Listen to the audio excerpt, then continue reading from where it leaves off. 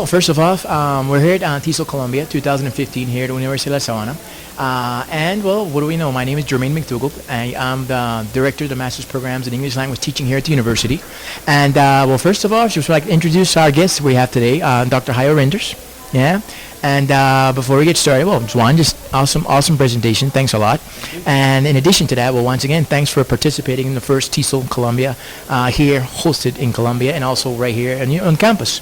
But before we get started, I'm curious, why should Colombian teachers think about learning beyond the classroom?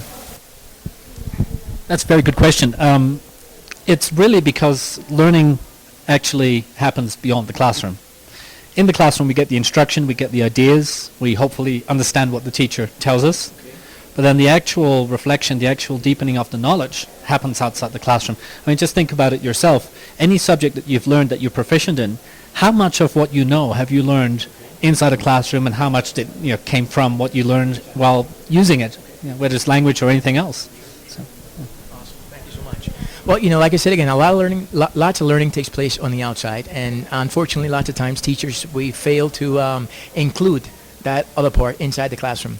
So a lot of times we think about things that, for example, trying to include their lives inside the classroom, trying to look for things that are significant for them that are outside the classroom, bring them inside the classroom, especially when we're in an environment like here in Colombia, which is totally EFL environment, where we have to try to create those types of things as well. But, well, totally agree. On another side, what do you think about the research agendas? Research in the sense of, language teaching.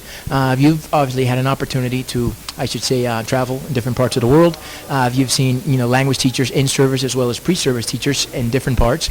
But what is your take on how research is evolving nowadays, language learning with research as well as with in-service, pre-service teachers in different parts of the world? we're actually at a very, very interesting time at the moment in terms of research. On the one hand, we are really, in some ways, not moving the field along.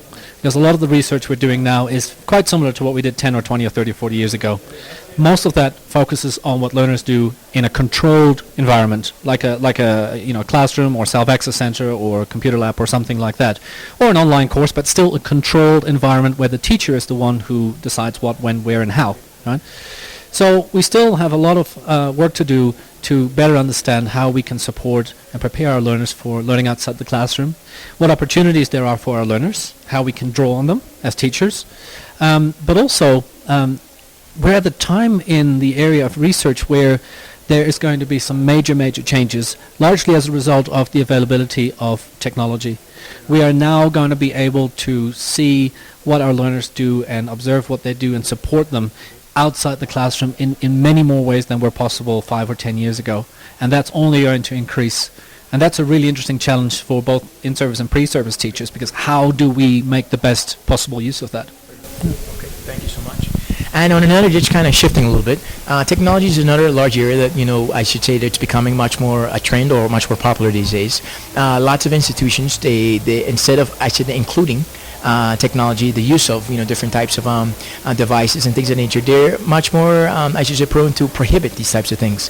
What are some challenges do you see coming in the near future for institutions, for students, or even for our fellow colleagues in terms of including, I should say, the different types of technologies inside the classroom in order to help us not just with language learning but with learning overall?